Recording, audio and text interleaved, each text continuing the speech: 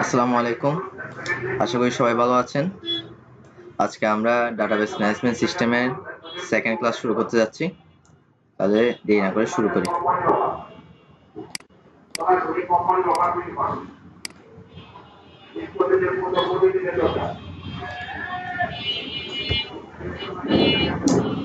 আপনারা হয়তো দেখছেন আমরা লাস্ট ক্লাসে ইয়ার ডায়াগ্রাম পর্যন্ত পড়েছিলাম। এখন আমরা ইয়ার ডায়াগ্রামের বিভিন্ন প্রকার নিয়ে পড়া শুরু করব। তো বিভিন্ন ম্যাপিং কনস্ট্রেন্টের জন্য ইয়ার ডায়াগ্রাম। ইয়ার ডায়াগ্রাম বিভিন্ন প্রকার হচ্ছে many to many, many to one, one to many, one to one. এগুলো হচ্ছে ইয়ার ডায়াগ্রামের প্রকারভেদ। শুরুতে আসি আমরা many to many ER diagram নিয়ে। মেনি টু মেনি রিলেশনশিপের ইয়ার ডায়াগ্রামের রিলেশনশিপ সেট হতে এন্টিটি সেটের দিকে ব্যবহৃত লাইন কোনো তীর চিহ্ন দেওয়া হয় না। নিম্নে চিত্রে দেখানো হয়েছে। মানে এখানে এন্টিটি হচ্ছে তিনটা, কাস্টমার, বরোয়ার, লোন। এই তিনটা থেকে ব্যবহৃত এন্টিটি সেট এগুলো হচ্ছে কাস্টমার নেম, কাস্টমার সেকশন নং, তারপর কাস্টমার স্ট্রিট, এরকম আরো কতগুলা এখানে এগুলো হচ্ছে এন্টিটি। এগুলো আমরা কি বলছিলাম উপরে, এগুলা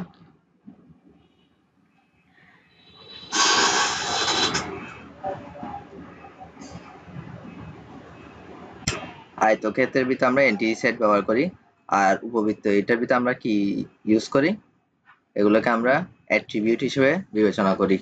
তাহলে এখানে কাস্টমার নেম এগুলো এক একটা অ্যাট্রিবিউট, আর এখানে এন্টিটি হচ্ছে যে কাস্টমার এবং লোন। তো মেনি টু মেনি ইয়ার ডায়াগ্রামের ক্ষেত্রে কি বলছে, এই রিলেশনশিপ সেটে হতে এন্টিটি সেটের দিকে ব্যবহৃত লাইনে কোনো তীর চিহ্ন দেওয়া হয় না। তারপর চিত্রের কাস্টমার হতে লোনের দিকে বরোয়ার হলো many to many relationship set. তার মানে এখানে বরোয়ার হচ্ছে মেনি টু মেনি রিলেশনশিপ সেটের একটি অংশ কাস্টমার এবং লোনের এন্টিটি সেটের ক্ষেত্রে। তা আমরা যদি মেনি টু ওয়ানের দিকে আসি, সেম ডায়াগ্রাম, কিন্তু পার্থক্য কি, এই প্রক্রিয়া রিলেশনশিপ সেট এর হতে এন্টিটি সেট 1 এর দিকে ব্যবহৃত লাইনে তীর চিহ্ন দেওয়া হয়। এন্টিটি সেট 1 চিত্রের কাস্টমার হতে লোনের দিকে বরোয়ার হলো মেনি টু ওয়ান রিলেশনশিপ, এই জন্য লোনের দিকে তীর চিহ্ন দেওয়া হয়েছে। এখানে একটা তীর চিহ্ন দেওয়া হয়েছে লোনের দিকে, এখানে কোনো তীর চিহ্ন দেওয়া হয়নি। এগুলো প্রত্যেকটার সাথে এক অপরের সাথে জড়িত, এই কারণে মেনি টু মেনি বলেছে। কিন্তু এখানে মেনি টু ওয়ান, এখানে মেনি টু ওয়ান কাস্টমার বড়োয়ার দিকে লোনের দিকে তীর চিহ্ন দেওয়া হয়েছে, একটা রিলেশনশিপ মেনি টু ওয়ান লোনের দিকে, এই জন্য এটাকে মেনি টু ওয়ান বলেছে। এবার যদি আমি ওয়ান টু মেনি বলি, এটা মেনি টু ওয়ানের উল্টা প্রক্রিয়া ওয়ান টু মেনিটা। এই প্রক্রিয়াও রিলেশনশিপ সেট হতে এন্টিটি সেট 1 এর দিকে ব্যবহৃত লাইনে তীর চিহ্ন দেওয়া হয়। কাস্টমার হতে লোনের দিকে বরোয়ার হলো ওয়ান টু মেনি রিলেশনশিপ, মানে কাস্টমারের দিকে হচ্ছে লোনের রিলেশনশিপটা, এই জন্য কাস্টমার দিকে তীর চিহ্ন দেওয়া হয়েছে। আমি যদি ওয়ান টু ওয়ান ধরি, এখন ওয়ান টু ওয়ান হচ্ছে এই প্রকার ম্যাপিং কনস্ট্রেন্ট এই রিলেশনশিপ সেট হতে উভয় এন্টিটি সেট এর দিকে ব্যবহৃত লাইন দেওয়া হয়, মানে উভয় দিকে সম্পর্ক গঠন করা হয়। এখানে বড়োয়ার যেটা আছে সেটা কাস্টমার দিকেও সম্পর্ক আছে, আবার লোনের দিকেও সম্পর্ক আছে, মানে কাস্টমার দিকেও সম্পর্ক বজায় রাখবে, আবার লোনের দিকেও সম্পর্ক বজায় রাখবে যে বড়োয়ার। তাহলে এটা ওয়ান টু ওয়ান, বড়োয়ার হচ্ছে কাস্টমার, বড়োয়ার আবার লোন। এইভাবে আমরা 4 ধরনের ইয়ার ডায়াগ্রাম সম্পর্কে ধারণা নিলাম। ইয়ার ডায়াগ্রামে ব্যবহৃত বিভিন্ন ধরনের অ্যাট্রিবিউট সমূহ। তো এখানে বিভিন্ন ধরনের অ্যাট্রিবিউট সমূহ কি, একজন কাস্টমার আইডি, কাস্টমার নেম, বিভিন্ন ইত্যাদি অ্যাট্রিবিউটে আলাদাভাবে ওই কাস্টমার গুণাগুণ বৈশিষ্ট্য প্রকাশ করে, যাদের প্রত্যেকটিকে অ্যাট্রিবিউট বলে। এই সমস্ত অ্যাট্রিবিউট গুলোর ভ্যালুর সমন্বয়ে ওই কাস্টমার তথ্য বা ইনফরমেশন পাওয়া যায়। এখানে এগুলো সবগুলো এক একটা অ্যাট্রিবিউট। এটা কাস্টমার অ্যাট্রিবিউট, এটা বড়োয়ার অ্যাট্রিবিউট, আর এখানে লোনের অ্যাট্রিবিউট হচ্ছে এই দুইটা, লোন নাম্বার আর অ্যামাউন্ট। সুতরাং কোন অবজেক্টের একক বৈশিষ্ট্যকে ওই অবজেক্টের অ্যাট্রিবিউট বলে। ইয়ার ডায়াগ্রাম ব্যবহৃত বিভিন্ন ধরনের অ্যাট্রিবিউট সমূহ নিম্নলিখিত ভাবে শ্রেণীবিভাগ করা হলো। সরল অ্যাট্রিবিউট আছে, যৌগিক অ্যাট্রিবিউট, ইংলিশে বলে সিম্পল অ্যাট্রিবিউট, কম্পোজিট অ্যাট্রিবিউট, একক মান বা সিঙ্গেল ভ্যালুড অ্যাট্রিবিউট, বহুমান, মাল্টি ভ্যালুড, নাল অ্যাট্রিবিউট মানে নাল মানে কিছু নাই, নাল অ্যাট্রিবিউট, আর ডিরাইভড অ্যাট্রিবিউট মানে ডিরাইভড অ্যাট্রিবিউট। আচ্ছা, এগুলো এক একটা বর্ণনা দেওয়া হয়েছে। সরল মানে সিম্পল, যেসব অ্যাট্রিবিউটকে বিভিন্ন অংশে বিভক্ত করা যায় না তাকে সরল অ্যাট্রিবিউট বলে। যেমন অ্যাকাউন্ট নামক এন্টিটি সেটের অ্যাকাউন্ট নম্বর অ্যাট্রিবিউট হলো একটি সরল অ্যাট্রিবিউট। এখানে অ্যাকাউন্ট দিছে, অ্যাকাউন্ট নম্বর এখানে জানি, মানে একজন এন্টিটিতে অ্যাকাউন্ট নামক একটা এন্টিটিতে অ্যাকাউন্ট নম্বরই হচ্ছে একটা অ্যাট্রিবিউট, এটার কোনো ভাগ নাই, একটাই সরল অ্যাট্রিবিউট, এটাকে কোনো ভাগ করা যায় না এই জন্য। আর যৌগিক অ্যাট্রিবিউট হচ্ছে যেসব অ্যাট্রিবিউটকে বিভিন্ন অংশে বিভক্ত করা যায় তাদেরকে যৌগিক অ্যাট্রিবিউট বলে। যেমন কাস্টমার নামক এন্টিটি সেটের কাস্টমার নেম অ্যাট্রিবিউট হলো যৌগিক কম্পোজিট অ্যাট্রিবিউট, কারণ একে ফার্স্ট নেম এবং মিডল নেম, লাস্ট নেম এই অংশে ভাগ করা যায়।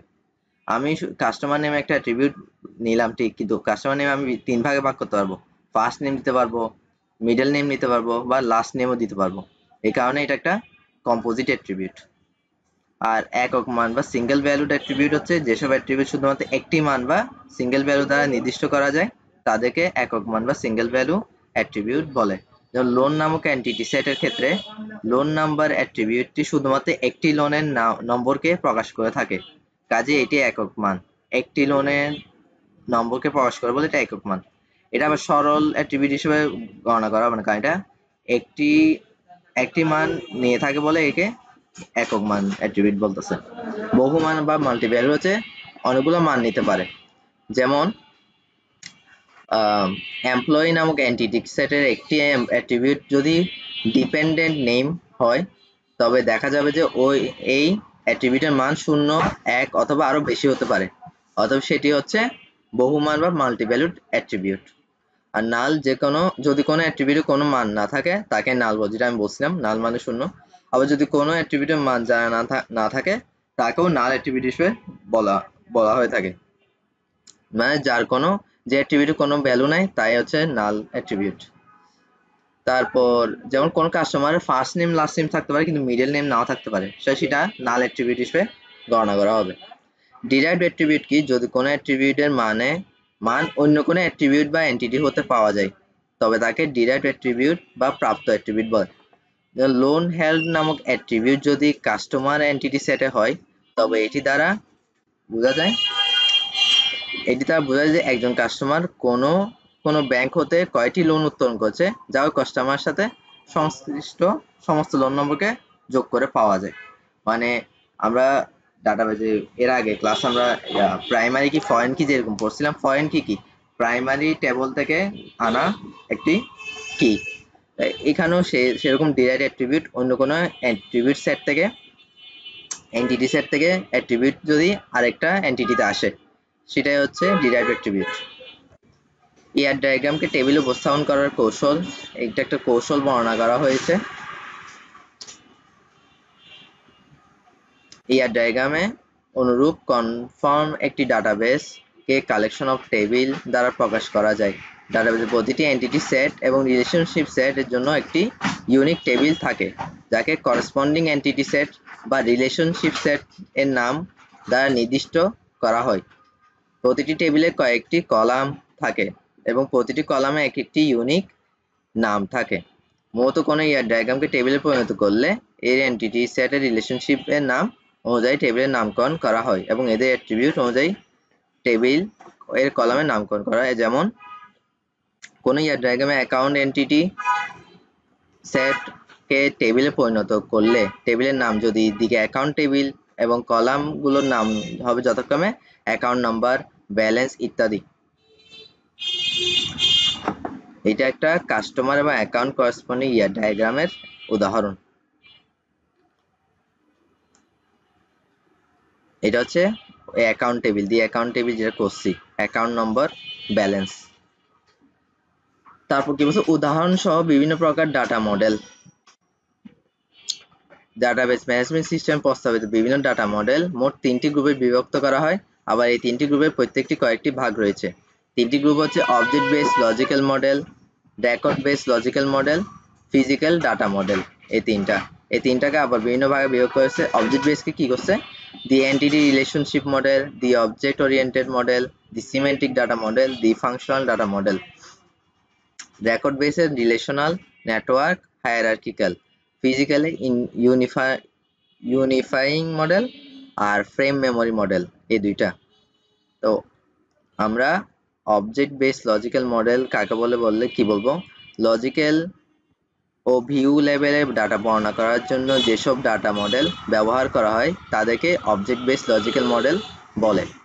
এই মডেলগুলো সুনির্দিষ্ট বিশদভাবে বাস্তবতা দিয়ে এমনভাবে বৈশিষ্ট্যমণ্ডিত করা হয় যাতে এরা সম্পূর্ণ নমনীয় কাঠামোযুক্ত সামর্থ্য সরবরাহ করতে পারে এবং ডাটা কনস্ট্রেন্ট একে অনুমতি প্রদান করতে পারে। এগুলো কতগুলো বহু পরিচিত ব্যবহৃত মডেলগুলো হচ্ছে এগুলা। নিচে এখানে কতগুলো আছে, এগুলো প্রথম দুইটার বৈশিষ্ট্য বর্ণনা করা হয়েছে। দি এন্টিটি রিলেশনশিপ মডেল হচ্ছে বাস্তব জগতে ইন্দ্রিয় গ্রাহ্য কতগুলো মৌলিক অবজেক্ট এর সমষ্টি এবং এদের মধ্যে রিলেশনশিপ এর উপর ভিত্তি করে অবজেক্ট বেস লজিক্যাল মডেল এর অন্তর্ভুক্ত যে ডাটা মডেল প্রতিষ্ঠিত তা এন্টিটি রিলেশনশিপ মডেল নামে পরিচিত। অর্থাৎ কতগুলো বেসিক অবজেক্ট এবং তাদের মধ্যে পারস্পরিক সম্পর্ক যে ডাটা মডেলের মাধ্যমে গ্রাফিক্যালি উপস্থাপন করা হয় তাকে ইআর মডেল বা এন্টিটি রিলেশনশিপ মডেল বলে। এটা ইম্পর্টেন্ট একটা কোয়েশ্চন। এন্টিটি বা ইআর মডেল কাকে বলে? তাহলে বেসিক অবজেক্ট এবং তাদের পারস্পরিক সম্পর্ক যে ডাটা মডেলের মাধ্যমে গ্রাফিক্যালি উপস্থাপন করা হয় তাকেই ইআর মডেল বলে। এখানে যদি একটা উদাহরণ দিই, ধরি কাস্টমার এবং অ্যাকাউন্ট দুটি এন্টিটি মডেল, এন্টিটি সেট এবং তাদের মধ্যে ডিপোজিটর হলো রিলেশনশিপ সেট। এখানে এটার চিত্র দিছে। আর কাস্টমার এবং অ্যাকাউন্ট সেটের অ্যাট্রিবিউট গুলো ডিপোজিটর রিলেশনশিপের মাধ্যমে সম্পর্ক স্থাপন চিত্রের নিচে দেখানো হলো। এটা হচ্ছে কাস্টমার আর এটা হচ্ছে অ্যাকাউন্ট। সম্পর্ক স্থাপন করছে কি কিসের মাধ্যমে? ডিপোজিটরের মাধ্যমে। এখানে বলছে কি ডিপোজিটর হলো রিলেশনশিপ সেট, এই দুইটা রিলেশনশিপ গঠন করছে ডিপোজিটরের মাধ্যমে। কাস্টমার মধ্যে কতগুলো অ্যাট্রিবিউট থাকতে পারে? Customer name, customer city, section নং ইত্যাদি। আর অ্যাকাউন্টের মধ্যে থাকে ব্যালেন্স, অ্যাকাউন্ট নং ইত্যাদি। তাহলে এই দুইটার মধ্যে রিলেশনশিপ গঠন করছে ডিপোজিটরের মাধ্যমে। তাই এটা একটা ER diagram model, ER model. আর দি অবজেক্ট ওরিয়েন্টেড মডেলটা কি? এন্টিটি রিলেশনশিপ মডেলের মতোই দি অবজেক্ট ওরিয়েন্টেড মডেল কতগুলো অবজেক্টের উপর ভিত্তি করে প্রতিষ্ঠিত। এক্ষেত্রে একটি অবজেক্ট তার ইনস্ট্যান্স ভেরিয়েবল এ জমাকৃত ডাটার মান ধারণ করে থাকে। যদি কতগুলো অবজেক্ট একই ধরনের মান ধারণ করে তবে তাদেরকে একত্রে ক্লাস নামে অভিহিত করা হয়। আমরা অবজেক্ট ওরিয়েন্টেড প্রোগ্রামিং যখন পড়ছিলাম সিতে, ওখানেও ক্লাস শুনছিলাম না? এই বিষয়টাই সেম, এই ক্লাস, এখানেও ক্লাস জিনিসটা আসছে। অবজেক্ট ওরিয়েন্টেড শুনলে আপনারা ক্লাস জিনিসটা পাবেন। এই তো এখানে কথাটা বলছে।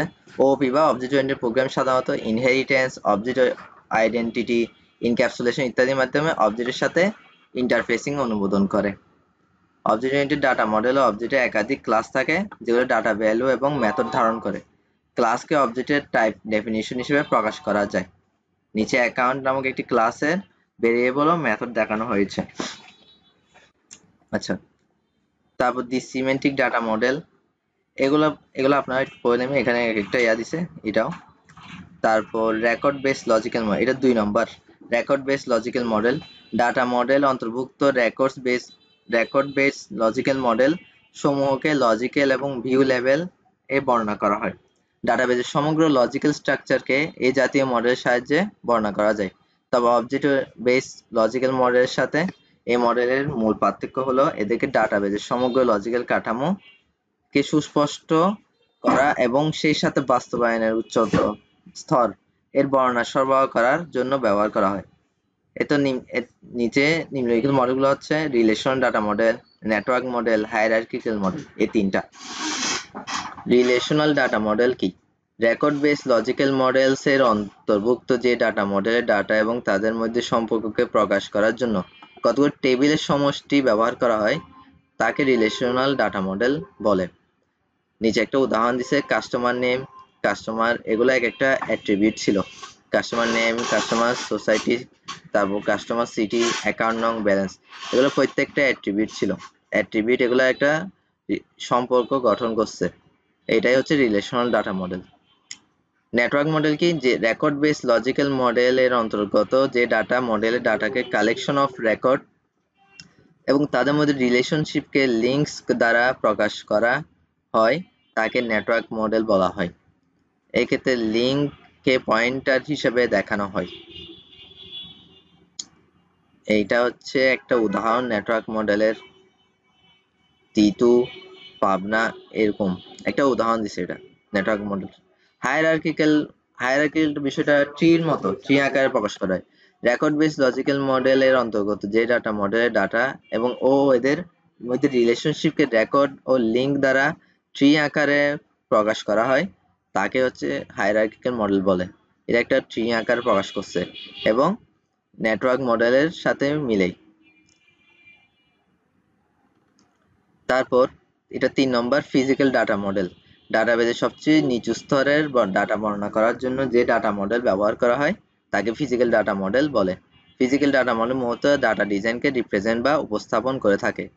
একটি কমপ্লিট বা পূর্ণাঙ্গ ফিজিক্যাল ডাটা মডেল সকল ডাটাবেস আর্টিফ্যাক্ট যুক্ত থাকে, যার ফলে ডাটাবেস সিস্টেমের টেবিলগুলোর মধ্যে রিলেশনশিপ তৈরি করা যায় আর এতে নির্দিষ্ট পারফরম্যান্স অর্জন করা যায়, যেমন index, constraint, definition, linking table, partition table কিংবা ক্লাস্টার। লজিক্যাল ডাটা মডেলের তুলনায় খুব অল্প সংখ্যক ফিজিক্যাল ডাটা মডেল বর্তমানে প্রচলিত আছে। তাদের মধ্যে দুইটা হচ্ছে unifying model, frame memory model.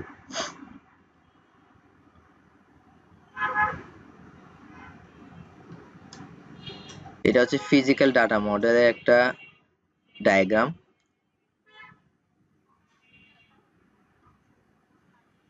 তারপর আসলাম ডায়াগ্রাম সহ এন্টিটি রিলেশনশিপের কনস্ট্রেন্ট। একটি ডায়াগ্রাম এন্টারপ্রাইজ স্কিমা কিছু সুনির্দিষ্ট কনস্ট্রেন্টকে ডিফাইন করতে পারে, যা অবশ্যই ডাটাবেজে কন্টেন্টের সাথে অনুরূপ হবে। এক্ষেত্রে ম্যাপিং কার্ডিনালিটিস এবং এক্সিস্টেন্স ডিপেন্ডেন্সিস হলো সবচেয়ে গুরুত্বপূর্ণ দুইটি কনস্ট্রেন্টস। এবার আসি ম্যাপিং কার্ডিনালিটিস মানে কি?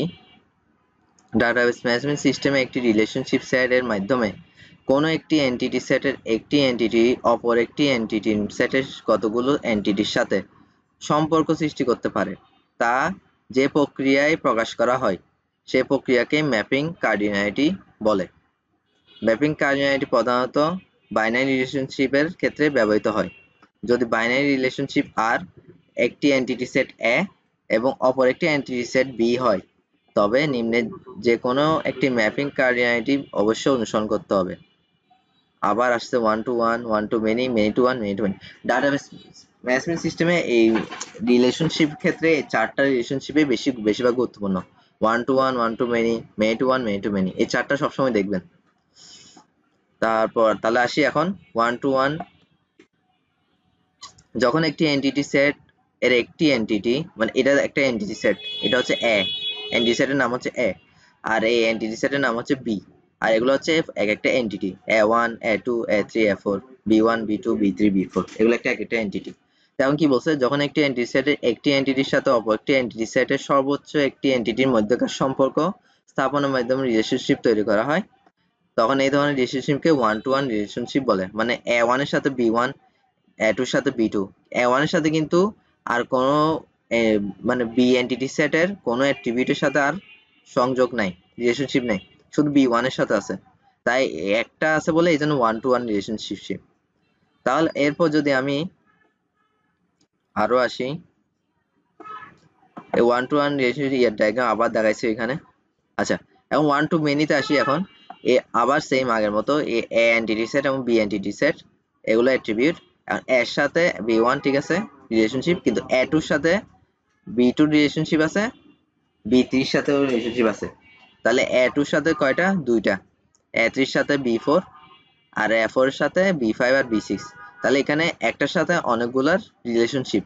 যখন একটি এন্টিটি সেটের একটি এন্টিটির সাথে অপর একটি এন্টিটি সেটের যে কোনো সংখ্যক এন্টিটির সাথে সম্পর্ক স্থাপনের মাধ্যমে একটি রিলেশনশিপ তৈরি করা হয় তখন এই ধরনের রিলেশনশিপকে ওয়ান টু মেনি রিলেশনশিপ বলে।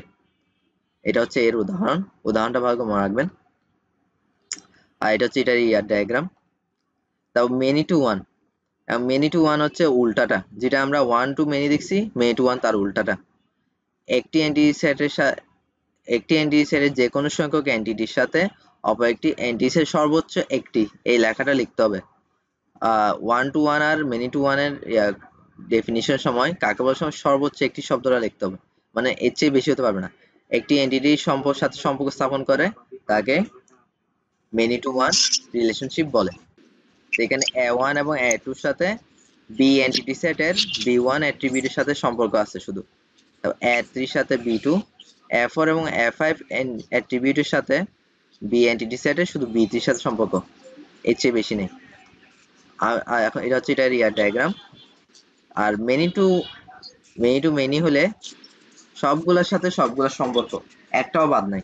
এটা হচ্ছে মেনি টু মেনি, মানে সবগুলোর সাথে সবগুলোর সম্পর্ক হতে পারে, সবগুলোর সাথে একটাও সম্পর্ক হতে পারে। মানে মেনি টু মেনি বিষয়টা এরকম, যখন একটি এন্টিটি সেটের যে কোনো সংখ্যক এন্টিটি অপর একটি এন্টিটি সেটের যে কোনো সংখ্যকের সাথে সম্পর্ক স্থাপনের মাধ্যমে রিলেশনশিপ তৈরি করা হয়, তাকে মেনি টু মেনি বলে। যেমন এখানে এন্টিটি সেট এবং বি এন্টিটি সেটের যে রিলেশনশিপ তৈরি করা হয়েছে, A1 এর সাথে B1, A1 এর সাথে B2, তারপর A2 এর সাথে B1, A3 এর সাথে B2। অলরেডি A1 এর সাথে B2 রিলেশনশিপ তৈরি করা হয়ে গেছে, কিন্তু আবার A3 তেও সেম, A3 আবার B2 এর সাথে রিলেশনশিপ তৈরি করছে, আবার B2 এর সাথে এবং B3 এর সাথে। এখানে আমরা কি দেখছি, এখানে আমরা একটা জিনিস খেয়াল করছি, একবার রিলেশনশিপ তৈরি হয়ে গেলে আর অপর একটা অ্যাট্রিবিউট আবার সে পরবর্তী অ্যাট্রিবিউটের সাথে সম্পর্ক তৈরি করে। মানে এন্টিটি সেটের প্রত্যেকটা অ্যাট্রিবিউট আলাদা আলাদাভাবে বি সেটের প্রত্যেকটা অ্যাট্রিবিউটের সাথে সম্পর্ক তৈরি করছে। A2 এর সাথে B2, A2 এর সাথে B3, এই দুইটাকে A2 রিলেশন তৈরি করছে।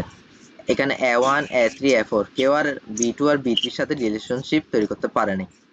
কিন্তু মেনি টু মেনির বিষয়টা হচ্ছে, আমি A1 এর মাধ্যমে B2 রিলেশনশিপ তৈরি করছি, আবার A3 এর মাধ্যমেও B2 এর সাথে রিলেশনশিপ তৈরি করছি। এটা হচ্ছে মেনি টু মেনির বৈশিষ্ট্য। আর এটা হচ্ছে এটা ইয়ার ডায়াগ্রাম। তারপর আসি এক্সিস্টেন্স ডিপেন্ডেন্সি, বাংলা পড়তে গেলে সমস্যা হয়। এক্সিস্টেন্স ডিপেন্ডেন্সিস ম্যাপিং কনস্ট্যান্টস এর ক্ষেত্রে অন্য একটি গুরুত্বপূর্ণ শ্রেণী হলো এক্সিস্টেন্স ডিপেন্ডেন্সিস। যদি x নামক একটি এন্টিটি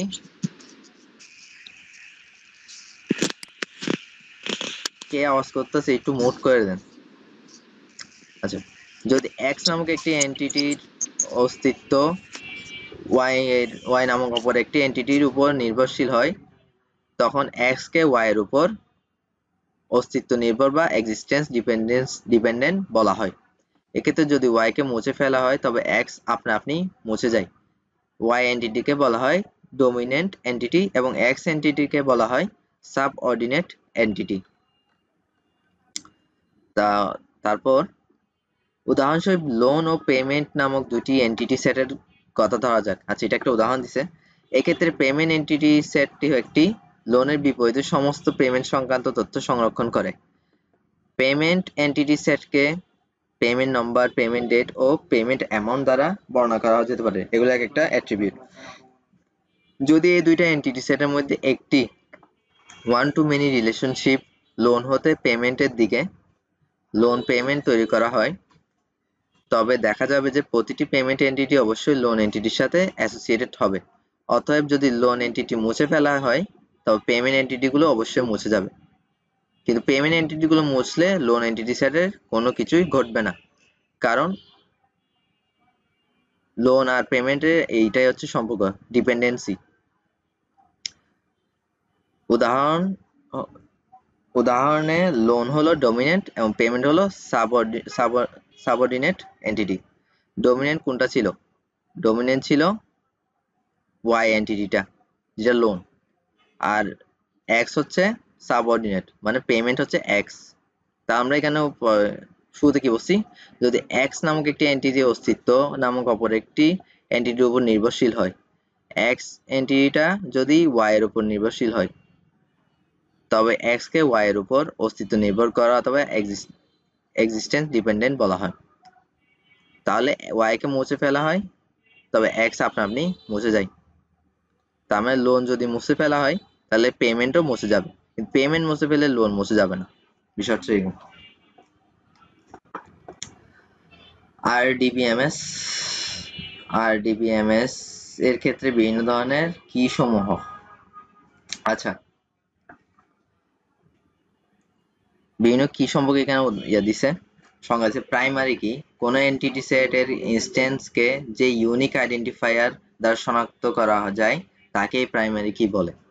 আরডিবিএমএস এর ক্ষেত্রে প্রাইমারি কির গুরুত্ব অপরিসীম, কারণ একটি এন্টিটি সেটের দুইটি ইনস্ট্যান্সের অ্যাট্রিবিউট ভ্যালু সমান হতে পারে। যেমন অতিথি নামক একটি এন্টিটি সেটে খোরশেদ আলম এবং খায়রুল আলম নামে দুইজন অতিথি থাকতে পারে, যারা উভয়ে 127 বনানী থাকে এবং উভয়কে আলম নামে নিবন্ধনকৃত।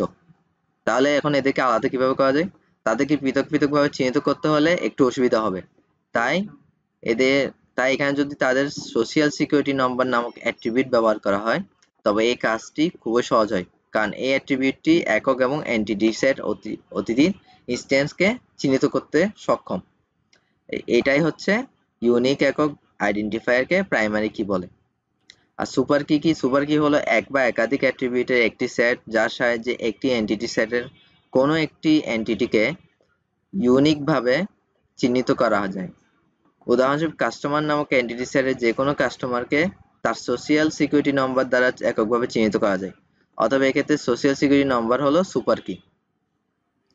অনুরূপভাবে কাস্টমার নেম এবং সোশিয়াল সিকিউরিটি অ্যাট্রিবিউট দ্বয়ের সমন্বয়ে তৈরি কির সাহায্যেও যে কোনো কাস্টমারকে শনাক্ত করা যায়, অতএব এটিও সুপার কি হবে। এটিও একটি সুপার কি, কিন্তু শুধুমাত্র কাস্টমার নেম দ্বারা কোনো কাস্টমারকে শনাক্ত করা সম্ভব নয়। একটু আগে যে দেখলাম এখানে দুইজন আলম আছে, আলম নামে দুজনের নাম শেষে আলম আছে, তাহলে শুধু কাস্টমার নেম দিয়ে কোনো ইয়াকে শনাক্ত করা যায় না কাস্টমারকে। তাই বলা যায় যে শুধুমাত্র কাস্টমার নেম সুপার কি হতে পারে না, কারণ অনেক লোকের নাম এক হইতে পারে। ক্যান্ডিডেট কি? ক্যান্ডিডেট কি মিনিমাল সুপার কিকে ক্যান্ডিডেট কি বলে। উদাহরণস্বরূপ কাস্টমার এন্টিটি সেটের যে কোনো এন্টিটিকে কাস্টমার নেম ও কাস্টমার স্ট্রিট নামক দুটি অ্যাট্রিবিউট দ্বারা গঠিত কি দ্বারা শনাক্ত করা যায়। আবার কাস্টমার সোশিয়াল সিকিউরিটি নম্বর দ্বারা কাস্টমার এন্টিটি সেটের যে কোনো এন্টিটিকে এককভাবে চিহ্নিত করা সম্ভব। সুতরাং সোশিয়াল সিকিউরিটি এবং কাস্টমার নেম কাস্টমার স্ট্রিট উভয় ক্যান্ডিডেট কি। যেহেতু দুটোটা আলাদাভাবে চিহ্নিত করা যায়, কাস্টমার সোশিয়াল সিকিউরিটি নম্বর আবার কাস্টমার নেম এবং কাস্টমার এই দুইটা দিয়েও চিহ্নিত করা যায়। যদি এটা একটা ধরেন প্রাইমারি কি বা সুপার কি, আবার এটাও একটা সুপার কি। দুইটা সুপার কি একে অপরের সাথে যদি আমি রিলেশনশিপ তৈরি করতে পারি তাহলে ওই দুইটা একে অপরের ক্ষেত্রে ক্যান্ডিডেট কি হিসেবে বলা হয়। যদি সোশ্যাল সিকিউরিটি ও কাস্টমার নেম একত্রে কাস্টমার এন্টিটিকে পৃথক করতে পারে তবুও এরা একত্রে ক্যান্ডিডেট কি তৈরি করে না, কারণ সোশ্যাল সিকিউরিটি একাই একটি ক্যান্ডিডেট কি। তারপর ফরেন কি। ফরেন কি বলছিলাম আগে, রিলেশনাল টেবিলের ক্ষেত্রে কোনো একটি প্রাইমারি কি যদি অন্য টেবিলে ব্যবহৃত হয় তবে ওই কিকে ফরেন কি বলে। এটা একটা টেবিলের নাম হচ্ছে উৎপাদন টেবিল। উৎপাদন টেবিলের অ্যাট্রিবিউট হচ্ছে উৎপাদন আইডি, বর্ণনা, মূল্য। উৎপাদন আইডিটা হচ্ছে প্রাইমারি কি এই টেবিলের ক্ষেত্রে। কিন্তু এখানে আরেকটা টেবিল আছে, ওই আরেকটা টেবিলের ক্ষেত্রে এখানে ইনভয়েস আইডি, বিক্রয়কর্মী আইডি, উৎপাদন আইডি, তারিখ, এখানেও উৎপাদন আইডিটা ব্যবহার হয়েছে।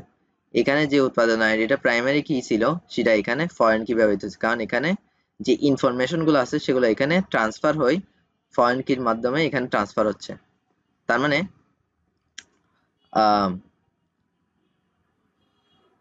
উৎপাদন আইডি 1, বর্ণ হচ্ছে মনিটর, মূল্য হচ্ছে 6400।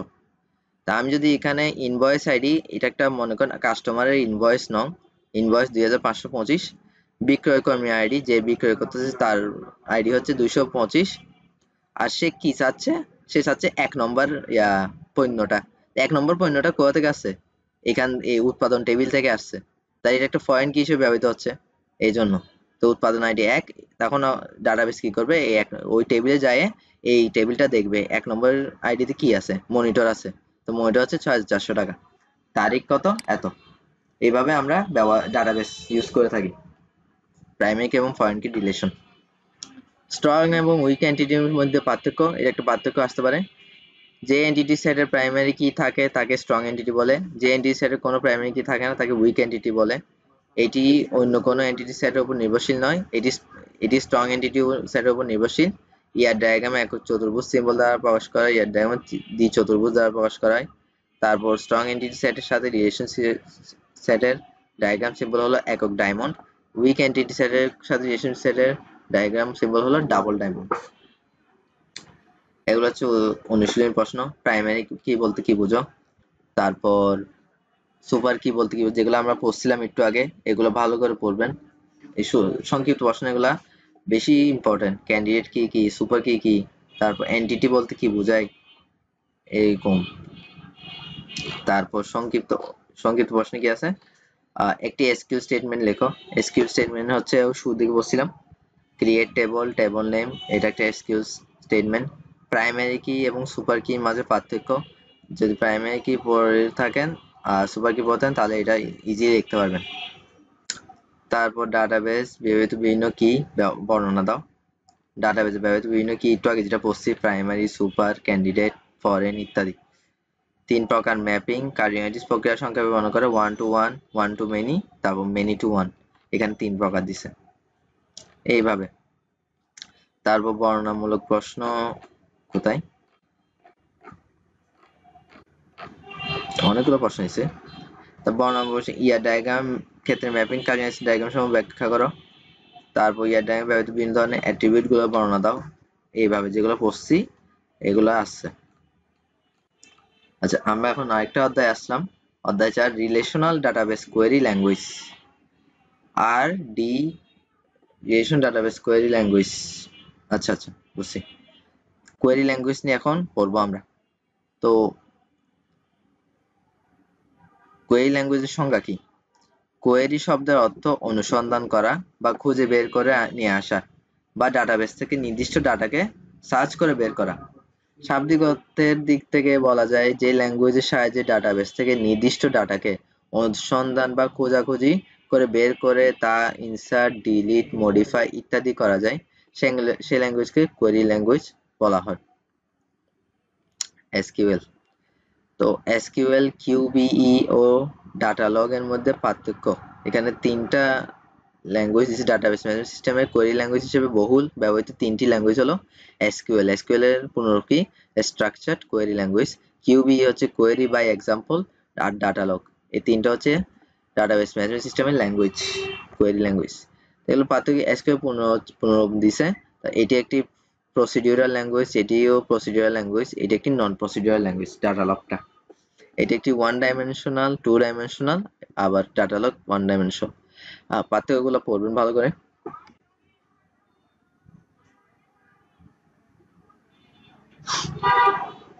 তারপর এটিতে রিপোর্ট জেনারেটর বিদ্যমান, এটিতে রিপোর্ট জেনারেটর বিদ্যমান আছে, এটিতে শক্তিশালী রিপোর্ট জেনারেটর বিদ্যমান আছে। আচ্ছা, রিলেশনাল অ্যালজেব্রার মৌলিক অপারেশন। রিলেশনাল অ্যালজেব্রা হলো প্রসিডিউরাল কোয়েরি ল্যাঙ্গুয়েজ। এটি এক সেট অপারেশনের সমন্বয়ে গঠিত। এই অপারেশন সমূহ একে অথবা দুইটি রিলেশনকে ইনপুট হিসেবে গ্রহণ করে থাকে এবং একটি নতুন রিলেশনকে ফলাফল হিসেবে আউটপুট দিয়ে থাকে। রিলেশনাল অ্যালজেব্রার ফান্ডামেন্টাল অপশনগুলো হলো সিলেক্ট, প্রজেক্ট, ইউনিয়ন, তারপর সেট ডিফারেন্স, কার্টেসিয়ান প্রোডাক্ট এবং রিনেম। এই সমস্ত মৌলিক অপারেশনের সাথে অন্যান্য আরো যেসব অপারেশন রিলেশনাল অ্যালজেব্রা ব্যবহৃত হয় তাদের নাম হলো set, intersection, natural join, division এবং অ্যাসাইনমেন্ট। রিলেশনাল অ্যালজেব্রার মৌলিক অপারেশন। রিলেশনাল অ্যালজেব্রার ক্ষেত্রে সিলেক্ট, প্রজেক্ট ও রিনেম অপারেশনগুলো ইউনারি অপারেশন বলা হয়, কারণ তারা মাত্র একটি রিলেশনের উপরে অপারেট হয়ে থাকে। এছাড়াও 3টি অপারেশন হচ্ছে ইউনিয়ন, সেট ডিফারেন্স, কার্টেসিয়ান ইত্যাদি। এখন ইউনারি অপারেশন কি? সিলেক্ট। সিলেক্ট কি করে? সেট অপারেশনকে ছোট হাতে গ্রিক অক্ষর সিগমা দ্বারা ডিনোট করা হয়। কোনো একটি এক্সপ্রেশন প্রেডিকেট প্রদত্ত সত্যকে সমর্থন করে এবং এমন একটি টুলকে নির্বাচন করার ক্ষেত্রে সিলেক্ট অপারেশন ব্যবহৃত হয়। ওই প্রেডিকেটকে সিগমা বা সাবস্ক্রিপ্ট হিসাবে ব্যবহার করা হয়ে থাকে। যেমন অ্যাকাউন্ট রিলেশন হতে মিরপুর ব্রাঞ্চের অ্যাকাউন্ট নম্বর সমূহ নির্বাচন করার জন্য এই এক্সপ্রেশনটা ব্যবহার করা হয়, sigma account branch name is equal two Mirpur. এই এক্সপ্রেশন মিরপুর ব্রাঞ্চের সকল অ্যাকাউন্ট নম্বর তালিকা দেখাবে। অ্যাকাউন্ট নম্বর তো অনেক আছে, কিন্তু আমি চাচ্ছি শুধু মিরপুর ব্রাঞ্চের অ্যাকাউন্ট নম্বরগুলো দেখাইতে, তখন এইভাবে আমরা সিলেক্ট করব। তারপর আবার আরেকভাবে সিলেক্ট করা যায়, অ্যাকাউন্ট রিলেশনের মধ্যে শুধুমাত্র 1200 টাকার নিচে ব্যালেন্স দেখানোর জন্য এভাবে দিব। এখানে বলছে ব্যালেন্স দেখানোর জন্য 1200, এটা লেস দেন হবে, আসলে এখানে গ্রেটার দেন দিছে, এটা লেস দেন হবে 1200 টাকার নিচে বা বেশি, হয়তো এখানে স্পেলিং মিস্টেক হয়েছে, হয় এখানে বেশি হবে না এখানে লেস দেন চিহ্ন হবে। প্রজেক্ট অপারেশনকে গ্রিক অক্ষর পাই দ্বারা ডিনোট করা হয়। যদি কোনো রিলেশন বা টেবিলে হতে কোনো অ্যাট্রিবিউটকে বাদ দিয়ে প্রয়োজনীয় অন্যান্য অ্যাট্রিবিউটকে প্রদর্শন করার জন্য প্রয়োজন হয়, তখন প্রজেকশন অপারেশনটি ব্যবহার করা হয়। অর্থাৎ এতে ইচ্ছা মাফিক অ্যাট্রিবিউট নির্বাচন বা বর্জন করা যায়। যেমন এখানে branch name, account number, balance, এই তিনটা অ্যাট্রিবিউট আছে। আমি কি করলাম, অ্যাকাউন্ট নম্বর ব্যালেন্সকে টেবিলে প্রডিউস করতে চাই, তার মানে ব্রাঞ্চ নেমটা আমি সহায় দিতে চাচ্ছি, তখন আমি এখানে লিখব অ্যাকাউন্ট, মানে সহায় দিতে চাচ্ছি না, মানে আমি সিলেক্ট করতেছি শুধু অ্যাকাউন্ট নাম্বার এবং ব্যালেন্স, এই দুইটা সিলেক্ট করব, তাহলে আমাকে ব্রাঞ্চ নেমটা দেখাবে না, তখন এইভাবে টেবিলটা এরকম করে দেখাবে। এটা হচ্ছে প্রজেক্ট অপারেশন।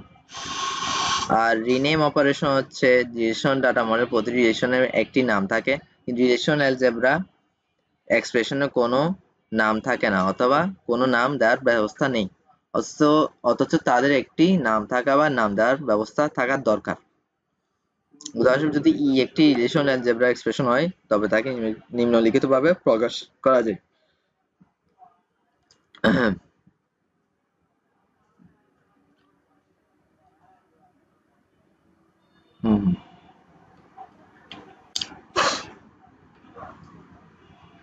এরপর আসি আমরা বাইনারি অপারেশন। বাইনারি অপারেশনের অধীনে যে সাব অপারেশন রয়েছে তা হলো ইউনিয়ন অপারেশন। ইউনিয়ন অপারেশনকে মূলত দুইটি রিলেশনের মধ্যে কোয়েরি ডিজাইনের ক্ষেত্রে ব্যবহার করা হয়, এই জন্য একে বাইনারি অপারেশন বলা হয়। একে সেট থিওরির ইউ চিহ্ন দ্বারা ডেনোট করা যায়। যখন দুইটি টেবিলের ইনফরমেশন প্রয়োজন অনুযায়ী প্রদর্শন করার দরকার হয়, তখনই ইউনিয়ন অপারেশন দ্বারা তাদেরকে একত্রিত করা হয়।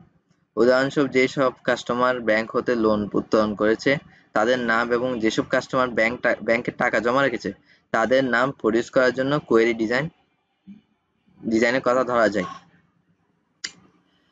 তো এই কোয়েরি ডিজাইন করতে হলে ডিপোজিটর ও বরোয়ার রিলেশন ব্যবহার করতে হবে, কারণ সমস্ত কাস্টমার নাম কোনো একটি মাত্র রিলেশনে পাওয়া সম্ভব নয়। সুতরাং এর জন্য যে কোয়েরিটি ডিজাইন করতে হবে তা নিম্নরূপ। পাই দ্বারা আমরা কি বুঝাইছিলাম, পাই হচ্ছে প্রজেক্ট অপারেশন, ডিপোজিটর আর বরোয়ার। এখানে কি বলছে, 4.5 এবং 4.7 উপর নির্বাহ করলে নিম্ন ফল পাওয়া যায়, কাস্টমার নেম এরকম। আচ্ছা, কার্তেশীয় প্রোডাক্ট কোথায় শিখছি, আচ্ছা এখানে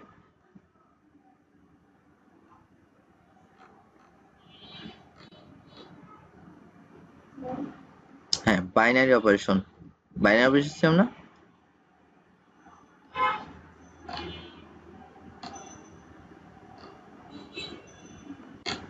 ইউনারি, এই তো এখানে আসছি।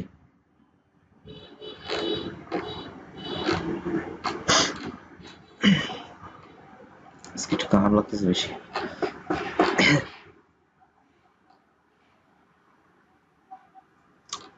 আচ্ছা আচ্ছা, এরপর আমরা আসলাম বাইনারি অপারেশনের দিকে আসছিলাম। একই দেখাচ্ছে যে ইউনিয়ন অপারেশনের মাধ্যমে দুটি রিলেশনকে একত্রিত করা হয়েছে, নিম্নে ডিপোজিটর রিলেশন, বরোয়ার রিলেশন, এবং এই দুটি রিলেশনের মধ্যে উপরোক্ত কোয়েরি নির্বাহ করলে যে ফলাফল পাওয়া যায় তা হচ্ছে এরকম: কাস্টমার নেম, অ্যাকাউন্ট নাম্বার, এটা হচ্ছে ডিপোজিটর রিলেশন টেবল, আর বড়োয়ার রিলেশন টেবল হচ্ছে কাস্টমার নেম, লোন নম্বর। এখন ওই সমস্ত কাস্টমারের নাম যারা টাকা জমা রেখেছে বা লোন নিয়েছে অথবা উভয়, এগুলো হচ্ছে এটা। এই দুটোটার একসাথে করে এই টেবলটা আছে কাস্টমার নেম দিয়ে। সেট ডিফারেন্স অপারেশন, যে সেট ডিফারেন্স অপারেশনকে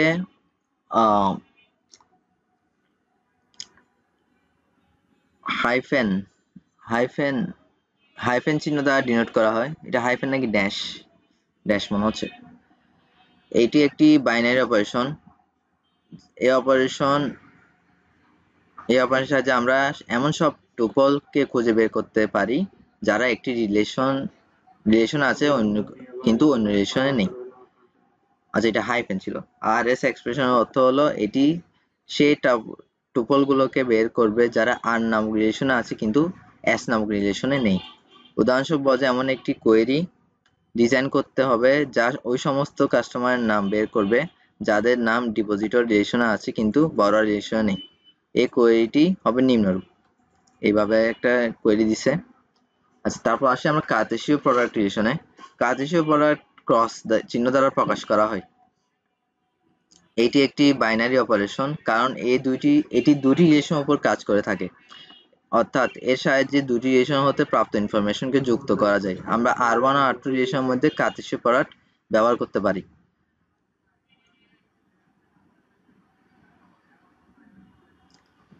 আমরা যদি বরোয়ার এবং লোন বিষয়টা খেয়াল করি তাহলে দেখা যাচ্ছে যে এখানে লোন ও বরোয়ার নামক উভয় রিলেশন ব্যবহার করা হবে।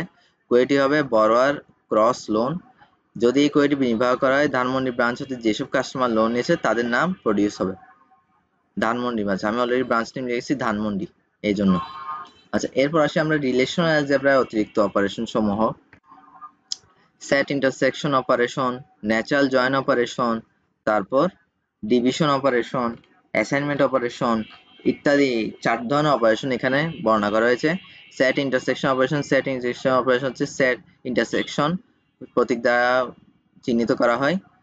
রিলেশনাল অ্যালজেব্রা কোয়েরিতে বিভিন্নভাবে ব্যবহৃত হয়। যেসব কাস্টমারের কোনো ব্যাংক অ্যাকাউন্ট ও লোন উভয়ই আছে তাদেরকে খুঁজে বের করার ক্ষেত্রে সেট ইন্টারসেকশন অপারেশন ব্যবহার করে কোয়েরি রচনা করা হয়। মানে ব্যাংক অ্যাকাউন্টও আছে আবার লোনও আছে, ওই ব্যাংকে অ্যাকাউন্ট খুলছে উনি এবং লোনও নিছে, এরকম মানুষের নাম, মানে নামগুলা কমন জিনিস, কমন যেহেতু প্রকাশ করবে, কাস্টমার নেমগুলো প্রকাশ করবে। তো ন্যাচারাল জয়েন অপারেশন কি? ন্যাচারাল জয়েন অপারেশন হলো একটা বাইনারি অপারেশন। এর সাহায্যে আমরা সুনির্দিষ্ট কিছু সিলেকশন ও একটি কার্তেশীয় প্রোডাক্টকে যুক্ত করে একটি মাত্র অপারেশনে পরিণত করতে পারি। একে জয়েন্ট সিম্বল দ্বারা প্রকাশ করা হয়।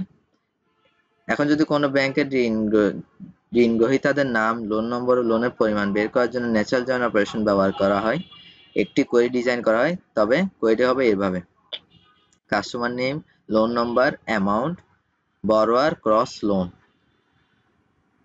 কোয়েরিটি এভাবে প্রকাশ পাইছে। Branch name, loan number, amount, এটা হচ্ছে loan relation, customer name, loan number, এটা হচ্ছে বরোয়ার রিলেশন। আর ন্যাচারাল জয়েনের মাধ্যমে কি হয়েছে, যারা লোন নম্বর আসি গেছে, লোন নম্বর এখানেও আছে এখানেও আছে, লোন নম্বরটা এখানে আসি গেছে, অ্যামাউন্টটাও এখানে আসি গেছে, আর কাস্টমার নেমও এখানে আসি গেছে। এইভাবে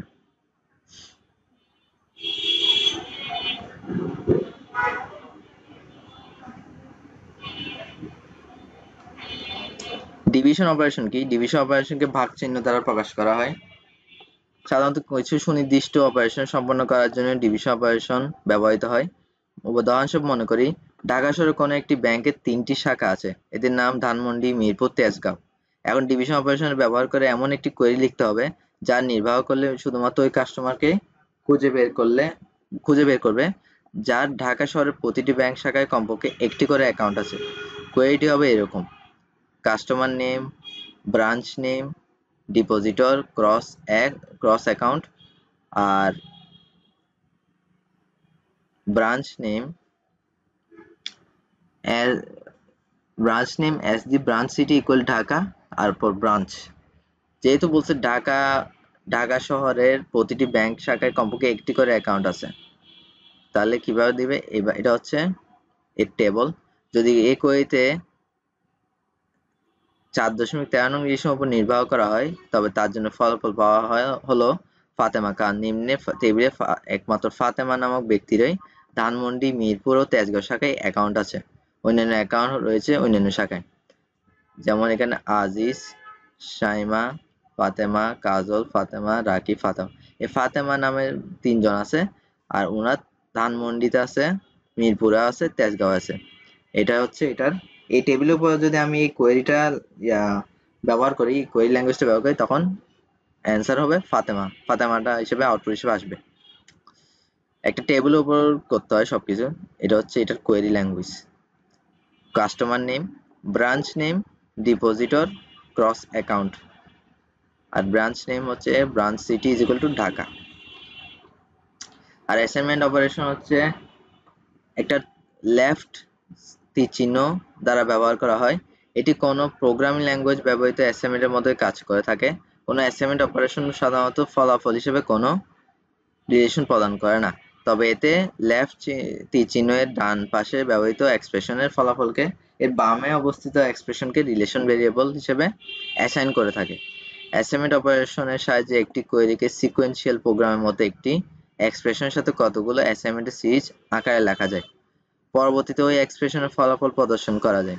রিলেশনাল অ্যালজেব্রা কোয়েরির ক্ষেত্রে অ্যাসাইনমেন্টকে অবশ্যই একটি টেম্পোরারি রিলেশন ভেরিয়েবল এ তৈরি করতে হবে। এবার আমরা যদি অনুশীলনীতে আসি, রিলেশনাল ডাটা মডেল বলতে কি বোঝায়? যে মডেলের ডাটাকে কালেকশন অফ টেবিল দ্বারা উপস্থাপন করা হয়ে থাকে তাকে রিলেশনাল ডাটা মডেল বলে। তারপর ডাটাবেস, রিলেশনাল অ্যালজেব্রার ফান্ডামেন্টাল বা মৌলিক অপারেশনগুলোর নাম লেখো। কি কি? Select, project, union, set difference, Cartesian product, rename. এগুলো হচ্ছে মৌলিক অপারেশন। ডাটাবেস আপডেটিং বলতে কি বোঝায়? প্রয়োজনীয়তার তাগিদে ডাটাবেজ হতে অতিরিক্ত ডাটা মুছে ফেলা, এতে নতুন ডাটা ইনসার্ট করা বা ডাটা আংশিক অংশ পরিবর্তন করাকে ডাটাবেস আপডেটিং বোঝায়। রিলেশনাল ডাটা মডেলের সুবিধাগুলো লেখো। বাইনারি অপারেশনগুলোর নাম লেখো। বাইনারি অপারেশন একটু আগে পড়ছি, union operation, set difference operation, কার্তেশীয় প্রোডাক্ট। আর রিলেশনাল অ্যালজেব্রা মৌলিক ধারণা এগুলা। তারপর এসকিউএল, কিউবি ও ডাটা লগের মধ্যে পার্থক্য লেখো। শুরুতে যে তিনটা আমরা পড়ছি ওই তিনটার পার্থক্য। রিলেশনাল অ্যালজেব্রা মৌলিক অপারেশন বর্ণনা করতে বলছে। এরপর আসি আমরা এসকিউএল এবং পিএলএসকিউএল। এগুলো একটু আগে আমরা কোয়েরি ল্যাঙ্গুয়েজ নিয়ে পড়ছিলাম, এখন কোয়েরি ল্যাঙ্গুয়েজের একটা অংশ হচ্ছে এসকিউএল এবং পিএলএসকিউএল। এটা নিয়ে এখন পড়বো।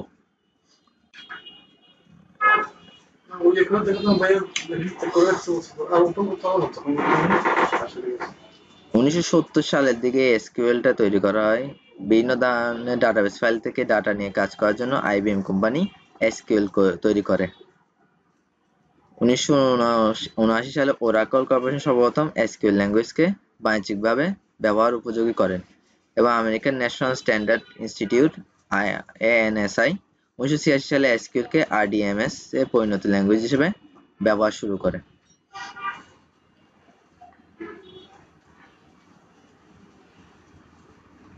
এসকিউএল অনেকগুলো ভার্সন আছে। সবশেষ ভার্সন হচ্ছে এসকিউএল 2008 ভার্সন প্রকাশ করে, মানে 2008 সালে যে ভার্সনটা হয়েছে। তারপর আমরা এসকিউএল সম্পর্কে জানি। এসকিউএল হচ্ছে স্ট্রাকচার্ড কোয়েরি ল্যাঙ্গুয়েজ, সংক্ষেপে এসকিউএল। এটি একটি শক্তিশালী ডাটা ম্যানিপুলেশন ও definition language. Relational database RDMS access করার জন্য এসকিউএল হচ্ছে একটি হাতিয়ার। অতীতে এসকিউএল কেবলমাত্র মেইনফ্রেম কম্পিউটার ব্যবহার করা হতো, বর্তমানে আমরা desktop computer, relational database platform ব্যবহৃত হওয়ার ফলে এসকিউএল ব্যবহার শুরু হয়েছে।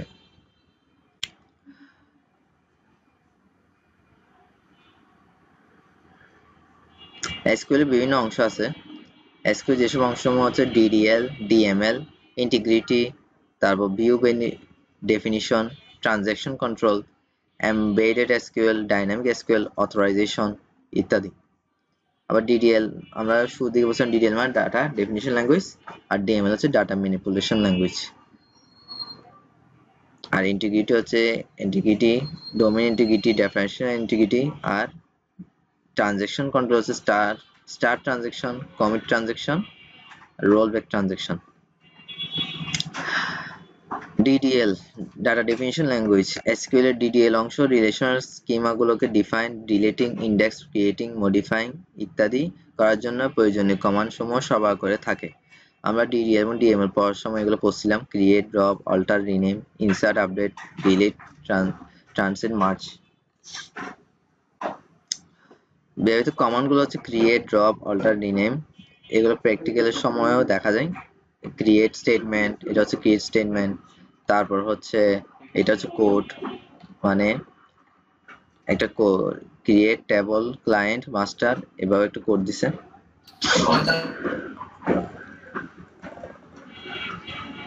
তারপর হচ্ছে ড্রপ স্টেটমেন্ট। ড্রপ হচ্ছে কি টেবিল মুছে ফেলার জন্য ব্যবহৃত হয়। ড্রপ টেবল নেম, এটা হচ্ছে ড্রপ টেবল স্টেটমেন্ট। তারপর অল্টার স্টেটমেন্ট, কোনো তৈরিকৃত টেবিল, অলরেডি টেবিলটা তৈরি করা আছে, সেই টেবিলটাকে আমি কিছু পরিবর্তন বা সংশোধন করব, তখন আমরা অল্টার স্টেটমেন্ট ব্যবহার করব। তাহলে অল্টার টেবল নেম, আমি যে টেবলটাকে আমি পরিবর্তন করতে চাচ্ছি সেই টেবল নেমটা এখানে দিব। তারপর আমরা কি অ্যাড করব, ডিলিট করব, এটা এখানে দিব। তারপর আসতেছে রিনেম স্টেটমেন্ট। রিনেম স্টেটমেন্টকে দ্বারা টেবিলের নাম পরিবর্তন করা যায়। তাহলে রিনেম ওল্ড টেবল নেম, যে টেবল নেমের নাম আমি পরিবর্তন করব কি নামে, আমি যদি টেবল নেম রাখি hello 1, তাহলে নতুন টেবল নাম হবে hello 2, এরকম। এবার আসি আমরা DML data manipulation language. SQL DML অংশ রিলেশনাল অ্যালজেব্রা বা টুপল রিলেশনাল ক্যালকুলাস এর উপর ভিত্তি করে প্রতিষ্ঠিত একটি কোয়েরি ল্যাঙ্গুয়েজ। এতে যেসব কমান্ডগুলো থাকে সেগুলো হচ্ছে আমরা পড়ছিলাম: insert, update, delete, translate, merge. Insert কি? ইনসার্ট আমরা পড়ছিলাম ডাটাবেজে টেবিলে সরাসরি টাইপ করে ডাটা ইনপুট করতে যে স্টেটমেন্ট ব্যবহার করা হয় সেটা হচ্ছে insert statement. Insert into table name, কি ইনসার্ট করতে চাচ্ছি, কলাম নেমগুলো আমি ইনসার্ট করব, আর কলামের মধ্যে কি কি ভ্যালু থাকবে সেটা। আমি যদি একটা ক্লায়েন্ট মাস্টার টেবল নেম হচ্ছে ক্লায়েন্ট মাস্টার, সেটার মধ্যে আমি যদি কলাম রাখি, কলাম নেম একটা, আর হচ্ছে ভ্যালু, আর কলাম নেম হচ্ছে ক্লায়েন্ট নেম, এখানে থাকবে কলাম নেম, তাহলে ক্লায়েন্ট নং এর ভ্যালু হবে C0200, আর এর নেম আরেকটা কলাম, সেটার ভ্যালু হবে স্মৃতি ইত্যাদি। তারপর আসি আপডেট স্টেটমেন্ট, মানে টেবিলে এক বা একাধিক রো এর কোনো কলাম বা কলাম সময় ভ্যালু আপডেট করার প্রয়োজন হলে তখন আমরা আপডেট স্টেটমেন্ট ব্যবহার করব। আপডেট টেবল নেম, যে টেবল নেম আমি আপডেট করব সেটা হলো সেট কলাম নেম এক্সপ্রেশন, এরকম। আবার অনেক সময় আপডেটের ক্ষেত্রে শর্ত যোগ করতে পারি: update table set column value where condition এত। মানে যদি বলি আপডেট, অনেকগুলা, মনে করেন একজনের নামের শেষে আলম না হোসেন আছে, তো এরকম যদি দুইজনের নামের শেষে যদি আলম থাকে, ওদের নাম আসলে হোসেন হবে লাস্টে, তাহলে আমি যদি লিখি ওই টেবলের name, customer name where Alam where, মানে ভ্যালুটা আমি দিব, ভ্যালুটা দেওয়ার পর বলবো কোথায় চেঞ্জ কোথায় হবে, সেটা হচ্ছে হোসেন, আলমের এখানে আলমের বদলে হয়ে যাবে হোসেন, ভ্যালুটা ওখানে দিয়ে দিব। এভাবে কন্ডিশন দিতে হয়। আচ্ছা, তাও ডিলিট স্টেটমেন্ট ডাটাবেজের রেকর্ড বা টেবিল মুছে ফেলার জন্য ডিলিট ব্যবহার করা হয়। ডিলিট ফ্রম টেবল নেম, যে কোনো একটা টেবল নেমের ডিলিট রেকর্ড মুছে ফেলতে হবে, এটা হচ্ছে ডিলিট স্টেটমেন্টের কাজ। আবার এখানেও কন্ডিশন ব্যবহার করা হয়, কারণ অনেকের নাম সেম থাকতে পারে, নাম সেম হইলে কিন্তু ওই নামটা দুটোই মুছে যাবে, তখন আমাকে আলাদাভাবে চিহ্নিত করার জন্য কতগুলো ওই ফরেন কি, প্রাইমারি কি, সুপার কি ব্যবহার করছে, ওই কি গুলোর নামগুলো দিতে হবে, কলাম নেমগুলো দিতে হবে। তাহলে ওয়্যার যদি আমি ওইটার একজনের নাম আছে হচ্ছে করিম হোসেন, আরেকজনের নামও করিম হোসেন, এখন দুজনের নাম সেম, আমি যদি ডিলিট করিম হোসেন দিই তাহলে দুজনের নাম চেঞ্জ হবে, তাহলে আমি দিব delete from Karim Hossain where এই করিম হোসেনের আইডি আছে 1, এই করিম হোসেনের আইডি হচ্ছে 2, তো where ID is equal to 2, তাহলে 2 নম্বর আইডির করিম হোসেনটা ডিলিট হয়ে যাবে। এটা হচ্ছে কন্ডিশন। এগুলো প্র্যাকটিক্যাল সময় বোঝা যাবে। আরো ট্রানজিট স্টেটমেন্ট, যে কোনো টেবিল থেকে খুব দ্রুতভাবে সকল ডাটা মুছে ফেলার জন্য এই স্টেটমেন্টটি ব্যবহৃত হয়। মার্জ স্টেটমেন্ট সাধারণত একাধিক টেবিল থেকে টেবিল ডাটাগুলোকে একত্র করার জন্য এই কমান্ডটি ব্যবহৃত হয়। এটি ইনসার্ট এবং আপডেট কমান্ডকে একত্র করে থাকে, এই জন্য একে মাঝে মাঝে আপসার্ট বলা হয়। পুরান পড়াগুলো আবার আসছে, আসলে এসকিউএল পড়তেছি তো এই কারণে। ইন্টিগ্রিটি ডাটাবেজে ব্যবহৃত বা এন্ট্রিকৃত ডাটা কি সঠিক মানে বৈধ সংগতিপূর্ণ সেটা স্পেসিফাই বা নির্দিষ্ট করার জন্য প্রয়োজনীয় কমান্ডগুলো এসকিউএল অংশে অন্তর্ভুক্ত হয়ে থাকে। ইন্টিগ্রিটি 3 ভাগে ভাগ করা হয়: entity integrity, domain integrity, referential integrity. তারপর ভিউ ডেফিনিশন। ভিউ হচ্ছে একটি লজিক্যাল টেবিল। এক বা একাধিক টেবিল থেকে কতগুলো কলাম নিয়ে ভিউ তৈরি করা হয়। সাধারণত কোনো টেবিল তৈরি করার পরে সকল ইউজারকে টেবিলের সকল কলাম ব্যবহার করতে দেয়া নিরাপদ নয়, নাও হতে পারে। এক্ষেত্রে কোনো ইউজারকে যে সকল কলামে অ্যাক্সেস করতে দেওয়া হবে সে সকল কলামের সমন্বয়ে একটি ভিউ তৈরি করা হবে এবং তাকে অনুমোদন দেওয়া হবে। একটি ভিউ সাধারণত টেবিলের মধ্যে কাজ করে। এটি কলামগুলো বিভিন্ন টেবিল হতে নেওয়া হয়। যে টেবিলে হতে কমান্ডগুলো নেওয়া হয় তাকে বেস টেবিল বলে। ভিউ নিম্নলিখিত দুইটি টেবিল হিসেবে কাজ করে: ভার্চুয়াল টেবিল, লজিক্যাল টেবিল। এখানে ক্রিয়েশন অফ ভিউ তৈরি করার সিনট্যাক্স হচ্ছে এটা: create view name as, select column name একাধিক হতে পারে, ফ্রম টেবল নেম, কোন টেবিল থেকে করতেছি, where column name is equal to expression, মানে কলাম নেম যে ভ্যালুটা থাকবে সে ভ্যালু। যেমন এখানে উদাহরণ একটা ইএমপি মানে এমপ্লয়ি টেবিলের সেল মানে স্যালারি কলামকে 12 দ্বারা গুণ করে বার্ষিক বেতন নির্ণয় এবং প্রত্যেক কর্মচারীদের নাম ও তাদের বার্ষিক বেতন ভিউতে অন্তর্ভুক্ত করার জন্য কমান্ড প্রয়োগ করে ফলাফল লক্ষ্য করি। তাহলে ক্রিয়েট ভিউ এমপ্লয়ি, এটা হচ্ছে এমপ্লয়ি ভিউ, এস সিলেক্ট ই নেম, তারপর স্যালারি ইন্টু 12 অ্যানুয়াল, এগুলো হচ্ছে কলাম নেম, ই name salary into 12 annual salary. তারপর ফ্রম এমপ্লয়ি কোন টেবল, এমপ্লয়ি টেবল থেকে, ওয়্যার ডিপার্টমেন্ট নং ইজ ইকুয়াল টু 20, ডিপার্টমেন্ট 20 যারা আছে তাদের স্যালারি নং প্রকাশ করবে। এইভাবে আমরা ব্যবহার করে থাকি। আচ্ছা, তারপর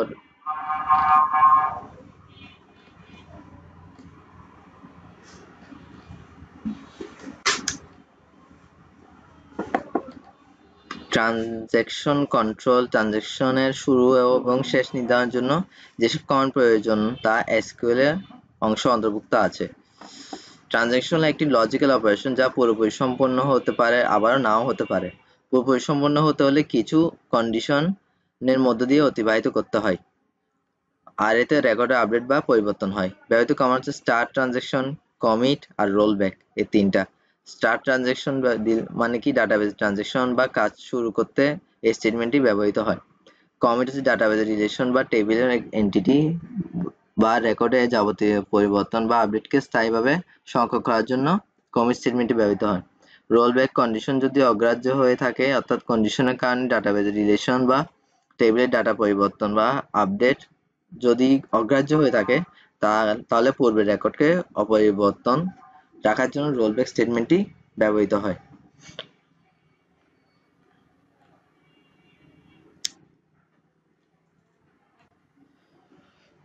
এখানে একটা উদাহরণ দিছে: start transaction, update account, set amount, where account number এত, if error is equal to 0, commit, if error 0 greater than or less than 0 তাহলে রোল ব্যাক করবে।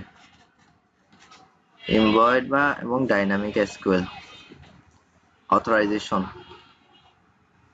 এগুলো আরো বিস্তারিত পড়া আছে। আচ্ছা, আমরা তাহলে এতটুকু রাখি আজকে। এমভয়েড এবং ডাইনামিক এসকিউএল পরবর্তী ক্লাস থেকে আমরা শুরু করব। আজকে তাহলে এতটুকু। আপনারা সবাই ভালো থাকবেন। আসসালামু আলাইকুম।